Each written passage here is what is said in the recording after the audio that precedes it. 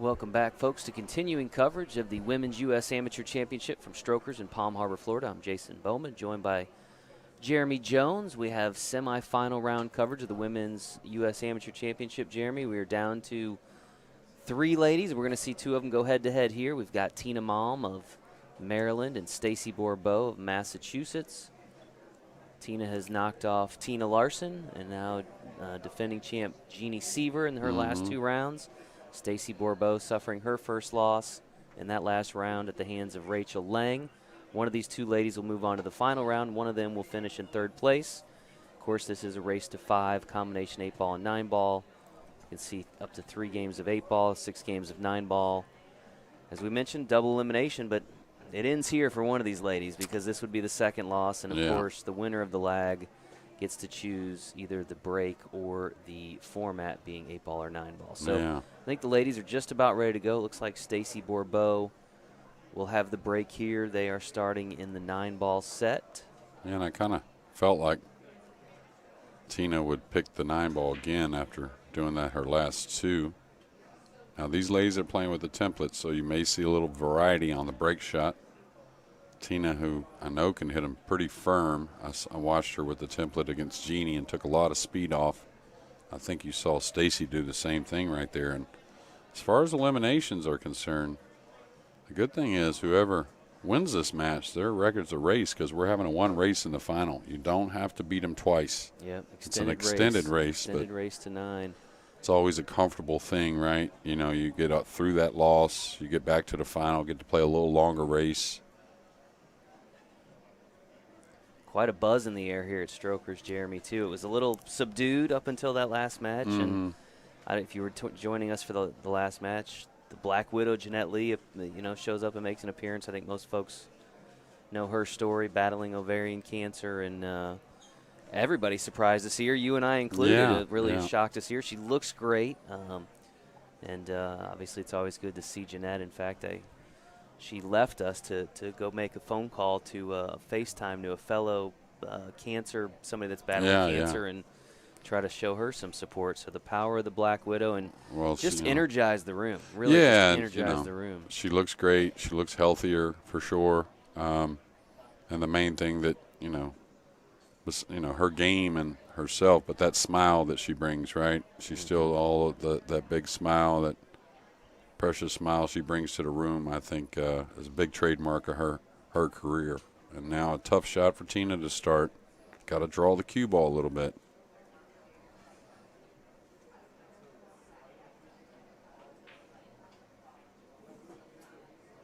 Little quick with the stroke, maybe just a hair, and that'll happen on a draw stroke a lot of times. She's got plenty of power on her stroke, but still sometimes you can get a little quick. I think a little fortunate here. Looks like a complete eclipse on the 1, and so she'll have to spin by the 9 with a lot of heavy right English, even elevating the cue here. Didn't quite get as much on as she wanted.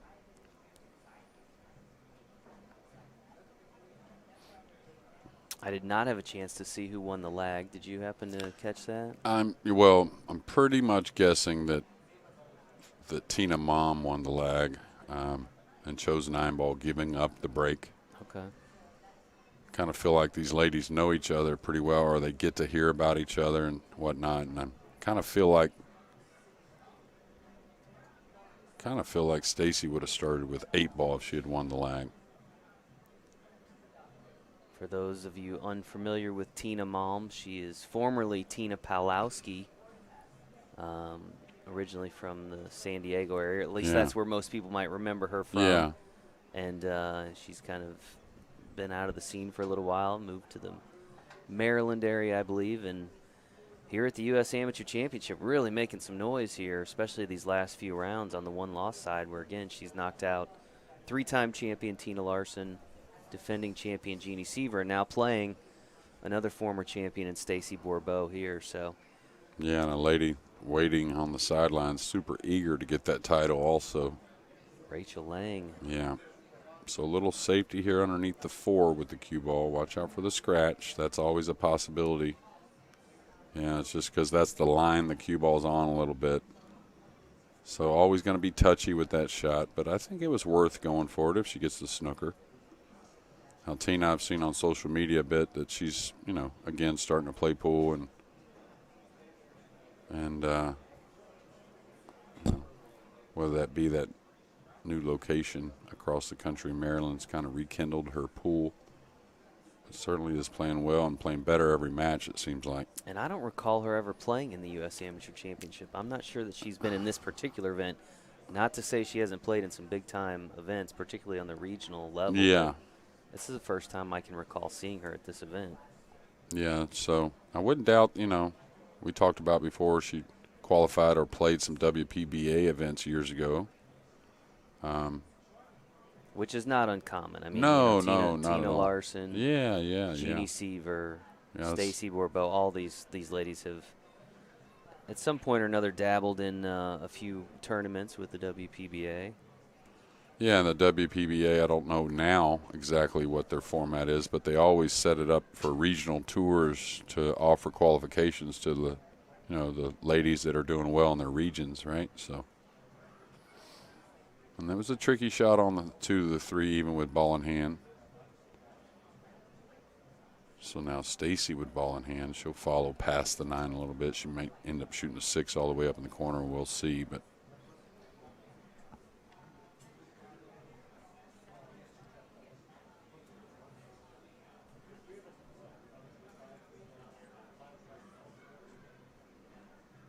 Again, this is a race to 5. Stacie Bourbeau at the table here. She's gone past this a little bit, so got a little thin on it. I think she can roll this in maybe. Maybe go into the 6 just lightly, maybe go by the 6. Drawing it, she's got to be careful of it getting away from her. She's close to the 4, but anytime it's thin, you feel like you have to put a little more on it to draw it because you're not hitting that much of the 4, and so it could easily get away. So my preference here, especially, I think would be maybe a top English shot. Maybe even stun lightly into the 6. Oh, she held it nice. Really nice. Still going away from the 6 a little bit, but nice shot there on the 4.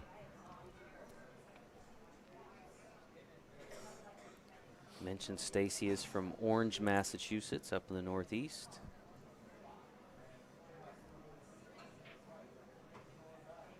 Much calmer stroke there. Cheated the pocket a little bit, got a little further off the rail with the cue ball and in a good position, even though she's gone away from the 8 a little bit. I think she comes to the bottom rail here by the 9, back up towards the 8. Looks perfect. Ooh, that one kind of boinged a little bit off the end rail. I'd commented that the room was a little humid this morning. It's pretty natural, the dew point in the mornings, right? So you'll see a rail be a little more lively at times. And that one, to me, certainly boinged a little bit. Thought her initial speed was going to be really nice. She's going for the cut. Is she trying to put the 8 on the back rail for a safety, bringing the cue ball back here? Yeah, that's what she's trying now. The 8's going to come up, so she did get her over the 9 a little bit, but I think Tina still attacks.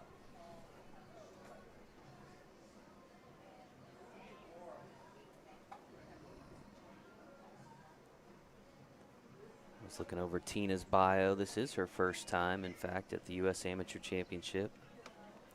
And she is locked in. We said, what are your pool goals? And she said to win this tournament. And for this week, that's all I'm focused on.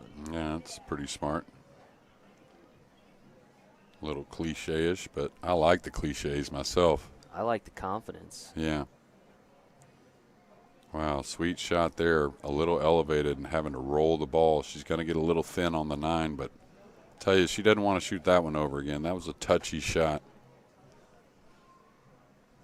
I don't think there's much of a scratch here unless she really hits it hard. She may pull the ball if she's worried about the side pocket at all. I think just straight high ball, she avoids both scratches in the side and the upper left. Oh, watch out, upper left. Okay. Made it interesting. Or upper right, excuse me. Her Made upper it left, yeah. interesting. Tina Malm with a 1-0 lead in this race to 5. And we're going to start with 6 games of 9 ball before we switch to the 8-ball set. Tina will once again have the break. Or Yeah. will have her first break. Stacie broke on the first. That's right, and it's winter break. First game there. Now, one thing that I've noticed now, I wasn't here for all the matches at the end of day one last night, but while the ladies rack, we're going to hear a word from our friends at pooldog.com.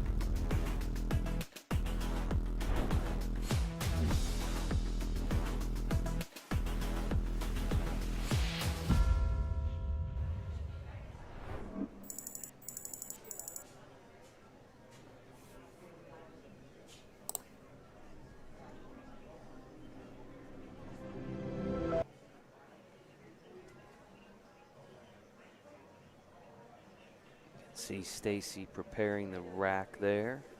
yeah, what The template rack. Yeah, and it's the ladies' choices on that, so we've seen a variety. But what I was going to get at prior to the words from pooldog.com is, seems like a lead is held up this week. I didn't see all the matches last night, but when someone has got a 2-game lead, a 3-1, a 4-2, even in these short races to 5, it seems like that lead is really held up. Yeah. And I mean, it always makes sense. You want to win as many as you can early, but we've seen some huge comebacks in this event before. Maybe none greater than that final last year, Jason Shearman down 8-1 maybe or something like that. That one's out there on YouTube if you want to go back and watch it. But yeah, fantastic match. Tina with the break. Yeah, corner ball down, real controlled break right there, not wanting to send the one way up table. And she's got a beautiful shot here on the one. She's got to work the cue ball a little bit. I think maybe she draws between the 6-9 and back down. She could follow possibly, but that may catch a piece of the 6. We'll see.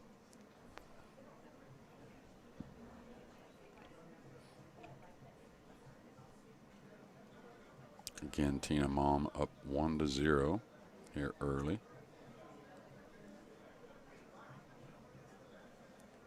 Tina plays with a Bobby Hunter custom cue, so she's been playing with that for many years. I was going to say, I thought so, a long time. Bobby was a great player as well. Kind of a mentor for John Schmidt. Tina wanted to make sure all of her friends watching back in Maryland knew that she appreciated their support back at Brews and Cues on the Boulevard. That's her home room. And then, of course, a lot of friends of hers out in San Diego as well. On Cue Billiards in La Mesa and the Library Tavern. And, of course, her husband, Dustin, and her daughter, Ava, tuning in to root Mom on.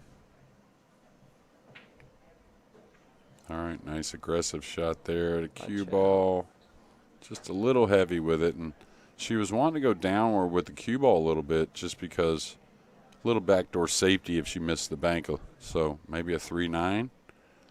Not a hanger combination. Anytime the 9's this far from the hole and there is a little bit of a cut on the 9, it looks like.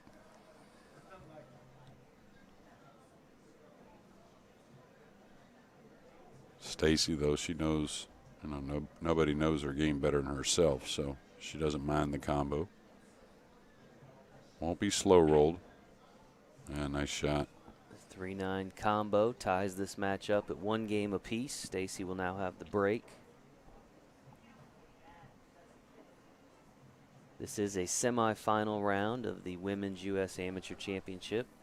The winner of this match will move on to face Rachel Lang in the final. That'll be an extended race, single elimination. That is a race to 9 for the ladies.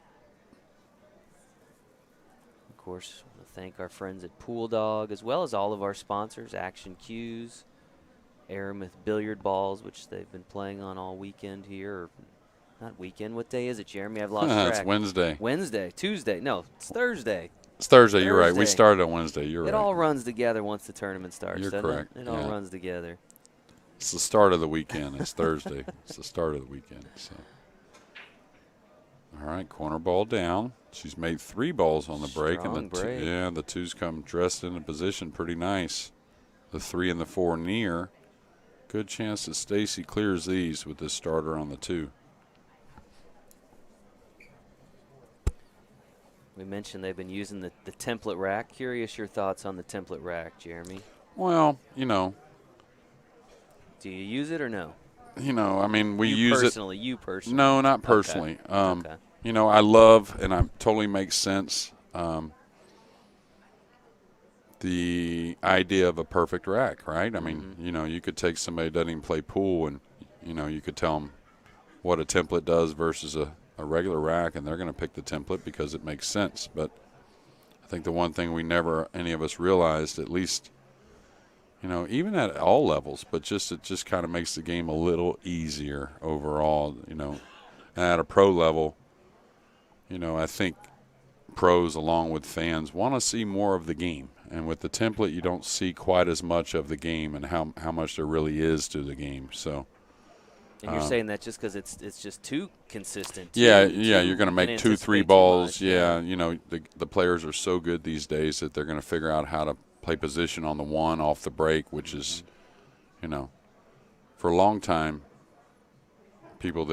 promoters and whatnot thought that fans wanted to just see 8 packs and, run out after run out. Mm-hmm. They're starting to realize that I think fans really appreciate some of the mental side of the game, the brain side of the game than people think, more of it than people think. Kind of like decision making, I guess. Yeah.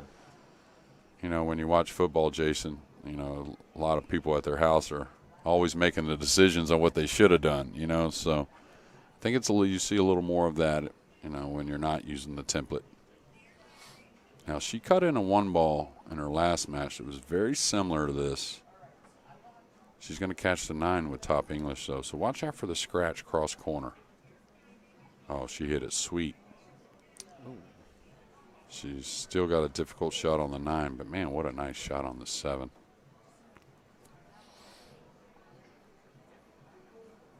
Again, the ladies here tied 1 game apiece.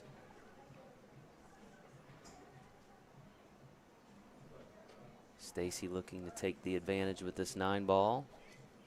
And she's got to watch out. That cue ball is going to be coming back quick towards her cue stick off of this shot. Nice shot. First lead of the match at 2-1. And how big was that scratch in the last one, right? An early 3-9 combo, Big and then swing. a break and run. And another break here for Stacie, who just pocketed 3 balls on the break. So Yeah. Winner break format. Yeah, and there's, no question that all these ladies here in day 2 that I've seen are playing well, but it just makes sense. These last 3 are playing great. Did Stacie use the template in the last match against Rachel? No, so. I think both players have to agree Okay. with the template. Which I is believe. interesting because Yeah. if you go back to that match, she had several dry Yeah, breaks. yeah, she and sure here, did. With the template, at least in the last break, 3 balls on the break. So Yeah, and she's we'll 1 for see. 1. She's broke once and she's ran out once. So Uh-huh. actually, she did break in the first game. That's That's right. right, yeah. Man, she made balls. She just didn't get a shot. Okay. Watch the 5 on the wing. That's down. But can you tell a much more controlled break by the ladies when the template's used? Yes. Not near as much power is needed. Oh, she looks like she's used the template before. She got that one off pretty easy with 2 balls in there. All right, you can see we got some score up for you now, 2-1. This is an elimination match, as we mentioned earlier. One of these ladies will finish in 3rd place, very respectable 3rd place in this year's Women's U.S. Amateur Championship. The other will square off against Rachel Lang, who is patiently waiting. I was looking around the room to see if she was hitting any balls. That's, sometimes, Jeremy, the semifinal match, the winner of the hot seat sits down for a while and they get a little stiff, they get a little cold, and so we'll see if she at some point decides to start hitting some balls. She still has a little bit, so. Yeah, I was talking to some ladies this morning about that myself, whenever I was playing all the time, in events like this where you're waiting a little bit, you don't necessarily have a scheduled time, but you're just waiting for some matches to end and whatnot. I like to stay hitting balls. Otherwise, I don't think I wouldn't say you get tired, just kind of maybe lose focus for a little bit. Yeah. And then if you lose an early game or two in this race to 5, yeah, big problems. So now what's the balance, though, between, you're waiting for your opponent. What's the Yeah. balance between hitting enough and hitting too much? And, Yeah, you know what I mean? for 'Cause me, I assume hardly. you can wear yourself out a little bit. Yeah, you can a little bit, but I mean, it just kind of keeps the adrenaline going. And for me, as long as I'm not losing focus while I'm hitting those balls, if I'm just getting over there banging them, I'm unscrewing the time to cue. stop. Yeah, exactly. But what happens is, when you play your best pool as a whole, you kind of get to where you're playing by yourself out there. You don't worry about your opponent too much. And if you can do that when you're practicing on the side, you can carry that into the match a little easier, I think, and maybe pounce a little earlier on those first, couple opportunities. Looks like just top English is fine. She may come a little longer with the cue ball to get a little straighter on the 7. She got a little thick, and that was really trying to press on the cue ball a little bit, meaning get a little better on the 7.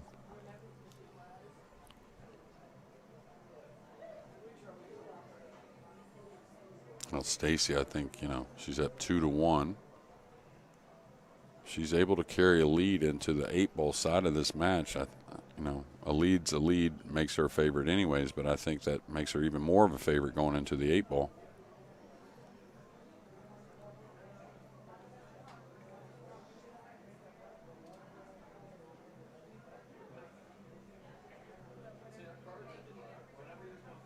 That looks like perfect position to easily roll forward for the 8 in the side.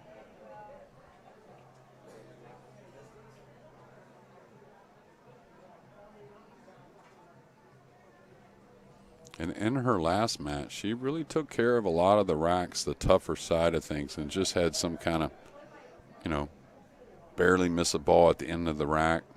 So she played a great match in her loss. Maybe pocketed more balls than even her opponent, to be honest with you, but just a couple things towards the end of the rack got her. Super nice shot there. Well, she looks to be in good position to capitalize on another mistake by Tina. I mean, it's really been those 2 mistakes that have kind of turned things in this match. Yeah, and you had get down the scratch on the bank shot, and then the missed shot here in this rack. Yeah, and you get down to the end of the match, doesn't take much. These are the players that are playing the best pool. You get down to the end of the tournament, so. And her tempo around the table just looks perfect to me. Not too fast, not too slow. Just kind of addressing every shot a little bit, getting a little detailed, and now out to a 3-1 lead. Is that right? 3-1 lead in favor of Stacie. Again, two of those points, a direct result of a small mistake there by Tina, and then of course Stacie had the break and run in between. Break and run in between. So it just goes to show you there's very little margin for error when you get to this level. And you know that. I mean, you see that at the Mosconi Cup where it's like, the matter of millimeters, is the end of a match. It's crazy. Yeah, and that's kind of what, I don't really express it. I express it in a little different way with the guys, but, everybody in the world could say our team was an underdog. But when you really look at the game and look at the races to 5 and whatnot in the Mosconi, it's just a little bit. You can't. I don't play much anymore, but if Filler wants to drop off 10%, I'll play him some. That's how touchy it is, right? So maybe more like 20%. Let's say that, Jason. But okay, so look at here, Jeremy, dry break there for Stacie with the template, which we had not seen yet in this match, but we'll see if Tina can now take advantage. Yeah, and anytime you cross the ball over, you have a chance of missing a ball as far as making a ball on the break. And what I mean by that, say you're breaking from the right and you hit the left side of the 1. Tends to lean towards a lot of dry breaks. Now she can play a pretty easy safety. She can go off the 1-3 rails trying to produce some position on the 2. Meaning cut the 1 in the side and go 3 rails inside the 6, kind of come at the 7 with the cue ball. I think she probably plays the safety, though. I think if the 2 is a little more doable, she definitely attacks right there. And she did a lot there. She not only snookered her, but she moved the 3 a little bit to where now the 2 goes in the lower right-hand corner. Might see Stacie go for the jump cue here.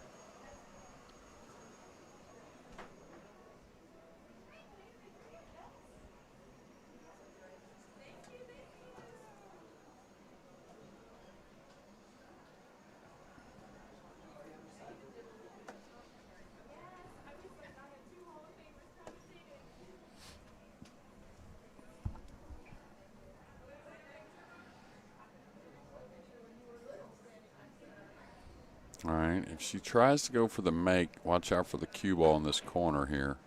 She just made a nice solid hit on the 1, which is pretty smart. Now, I think this one's going to roll out to give Tina an opportunity here, and the 2's open now. With that safety she played, I think she opened up the pocket by bumping the 3 just enough.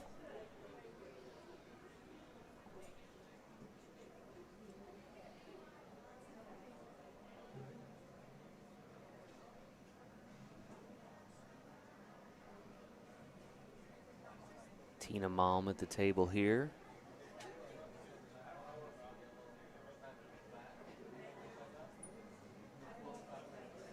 Good speed. Now she'd love to just stop her cue ball and have that nice little cut shot on the 3.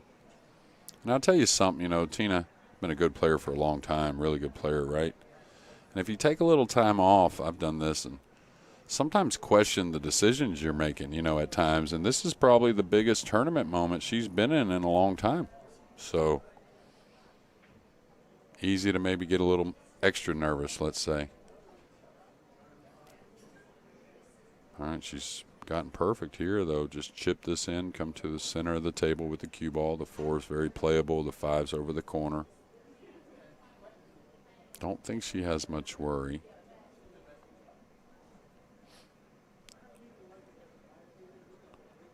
I think if she puts just a hair of left English on this, she can spread the cue ball up a little bit and not have any worry of the 9 or anything. Is she going around the 7 here? Oh. So I think she was trying to go around it. So maybe that ball was a little thinner than I thought.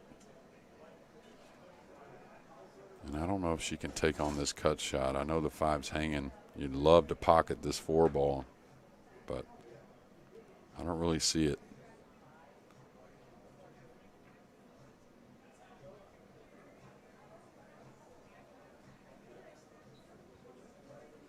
Maybe bank the 4 back up to the opposite end of the table, maybe. That's what she tried, to use the 9 as well. I think it's going to leak out a little bit, but leave one tough shot for Stacie.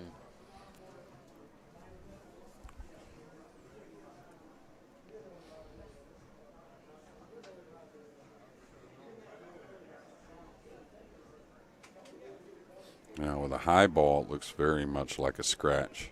So she may overcut this and run the cue ball safe. She may bank the 4 back down and follow behind the 6 like that. Great shot, good choice.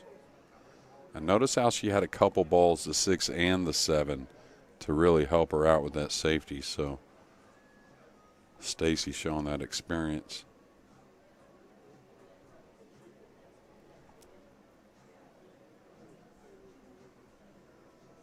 This is a tough one. I mean, if you're going to jump this ball, you got to carry the cue ball. It looks like a long ways over the 7. So when you have a shot like that, a lot of times either the cue ball or the 4 goes off the table. Oh, she caught the 7. So this is going to be ball in hand for Stacie, and she can put a stranglehold on this match right here if she gets out and a 4-1 lead. Is that right? Yes. And really, you know, ball in hand on the 4, the 5's over the corner. It's all about getting on the 6. You can see the 7 pretty handy in the side, the 8 in the opposite side, and the 9 over the top corner. So I think just roll this in, get to the end rail, knock the 5 in, just come out a little past the spot maybe, and take your shot on the 6.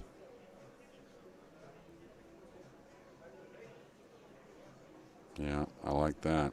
So this is just top with just a hair of right English. You don't want it to run too much.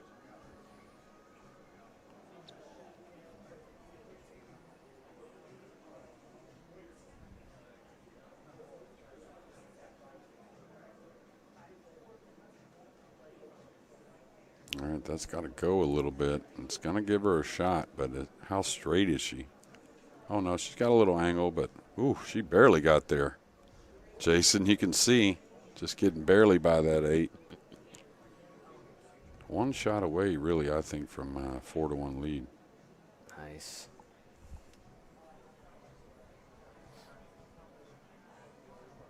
She held that cue ball probably more than she anticipated. So has a bit more of a shot here on the 7. But I just like her, kind of addressing every shot the same. Which you're always going to recognize a tougher shot than an easier shot. But when you address them the same, they start to look a little bit more alike. So.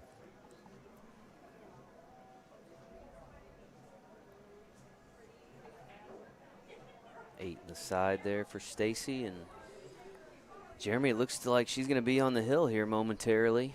Yeah, and even though I'm pretty sure Tina may have chosen the 9-ball, and I'm certainly sure she likes 9-ball better, she's praying to get to the 8-ball at this moment. She wants to desperately win this game of 9-ball. Coming up, and a 4-1 lead for Stacie. And it really, it's kind of like, several matches I've seen this week to where both ladies played great. It was just like one kind of glaring mistake or something you didn't expect, and then the other lady just totally capitalizing.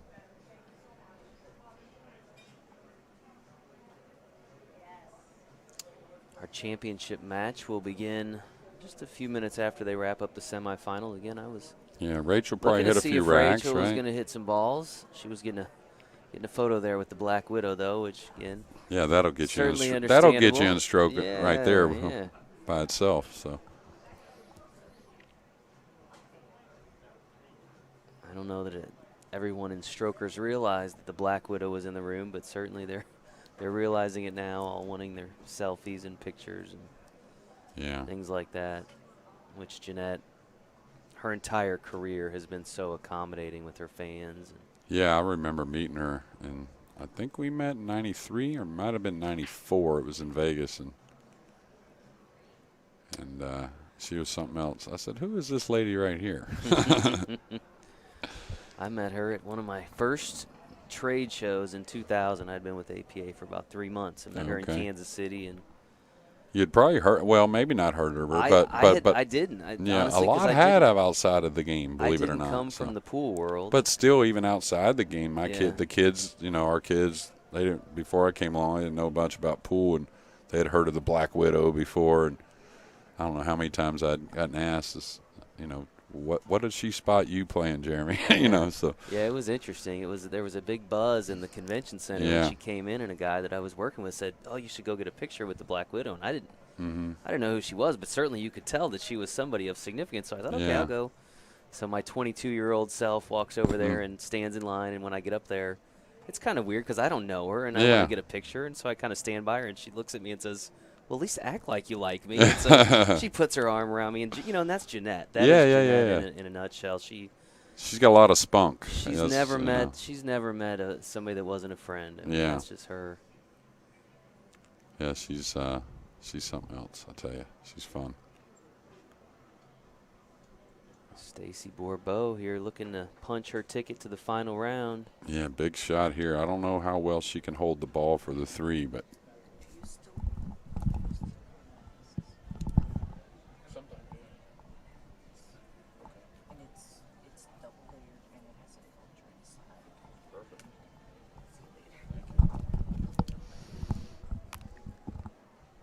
Well, great shot there on the 2-ball.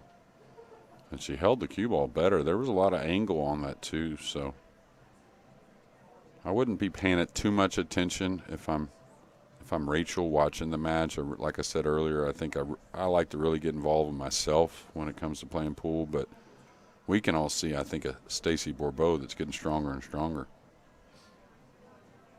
Okay, she's elevating here. She's wanting to hold. instead of going forward with the cue ball. Tough shot when you had to elevate the cue, but she's willing to take it on, and you know, it's kind of now or never for Tina. Difficult 5 and 6 on the side rail. And the main reason is the 8. The 8 makes it to where it's tough to get kind of straight on the 5 without really taking some chances. So you may have to play the 5 here in a little bit with an angle to move for the 6. First things first, of course, is a 3-4. Okay, she's going to get a little off angle. Maybe she just stops right here, takes the cut on the 5. She could even take the bank on the 5. That's an easier way to play position on the 6, but most would try to cut the 5.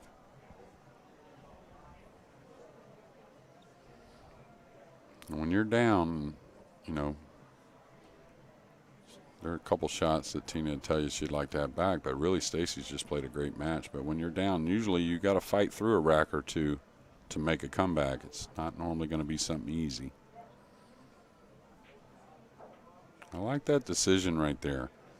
Whether she banks it, cuts it, whichever way, I think getting the shot at the 5 versus trying to do something crazy on the 4, I think it was pretty smart. Oh, super nice. Oh, super nice stroke there. I was going to say if that ball hangs up, that would have been pretty cold. Now she probably goes, eesh, this is funny. It's a little funny to go forward for short side, and it's a little flat to stun out. So again, nothing easy for Tina Malm here to try and start this comeback, trailing 4-1. I think she can go forward short side, though. Oh, she's going to need a friendly bump. She got it. Normally you bump a little straight there, but she's got an angle.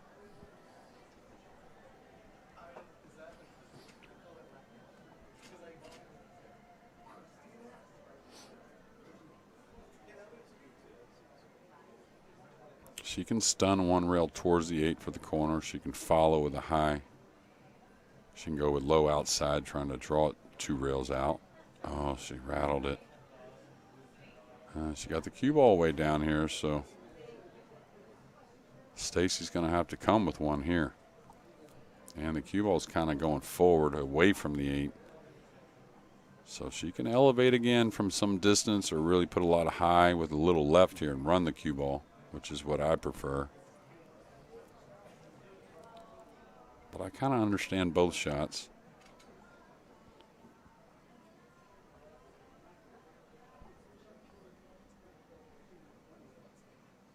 Okay, she's going to follow the ball, so she's going to get a little thin on the 8 most likely, but she'd like to get a cuttable shot on the 8.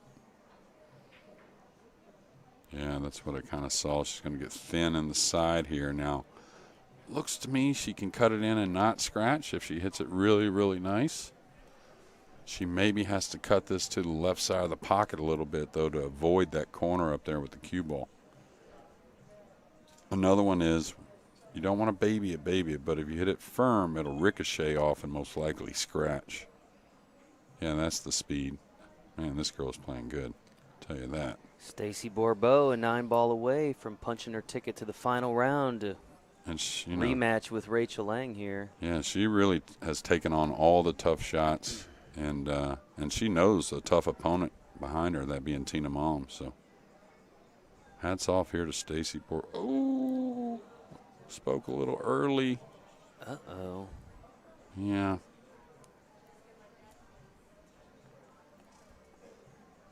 Never over. Yeah, I kind of let up on it a little bit. Wow. But a new life for Tina. Let's see if she can take advantage. Should cut this in. Cue ball should be on the back rail somewhat.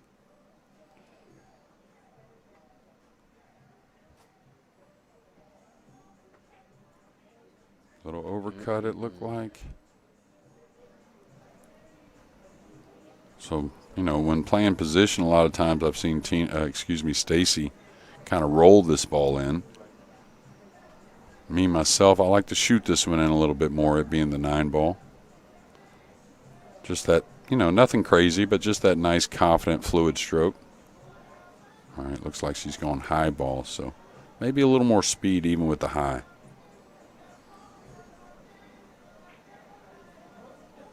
Sweet stroke, even though she rolled it in. I'll tell you, I wish I could roll them in like that, Jason. Well, there you have it, folks. Stacie Bourbeau is moving on to the final round. She'll have a chance to get some redemption against Rachel Lang, who sent her to the one-loss side of the bracket, just one round to go. And a fantastic finish for Tina Malm, finishes in third place, taking out 2 former champions in the process. She'll be back, that's for sure. Yeah, it's good to see her back in competition, and she certainly made herself known here at Strokers over the last day and a half, 2 days. So, folks, we're going to take a short break. We will be back with the final of the Women's U.S. Amateur Championship here in just a few minutes. Until then, we appreciate you tuning in, and we will see you here shortly.